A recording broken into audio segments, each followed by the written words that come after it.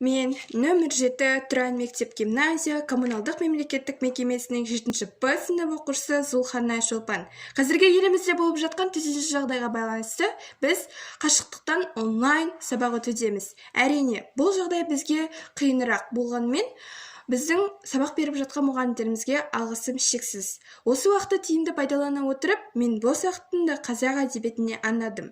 Әрине, қазақ әдебиетіміздің ақындарын тану ол бізге өте үлкен абырой деп білемін. Сол сияқты мен Мұқағали Мақатаев атамыздың анаға арналған өлеңін оқып беремін. Асыл анам, есіл анам, елжіреп есіркеймін есім алам. Мен үшін сен суалтқан ақ сүтіңді ақтамасам боп жүрмін несін адам. Алыс жолда жүрсем де арып ашып, аға тойлап түсірмей жаның ашық.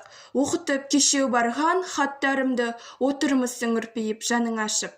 Анашым, жаратылдың бағымашын, білемін, көңірсізсің, сағынасың. Қайда жүрсе қамқоршы отаным бар, қапа болма мен үшін не қыласың деген өлең жолдарын арнаймын. Сол сияқты Шәкәрім Құдайбердіұлының және де Бейімбет Майлиннің, Міржақып Дулатовтың повестерін, романдарын оқып білудемін.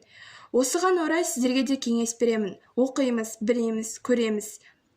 Қазақ әдебиеті бізге үлкен мүмкіндіктерді сыйлайды және де танимыз.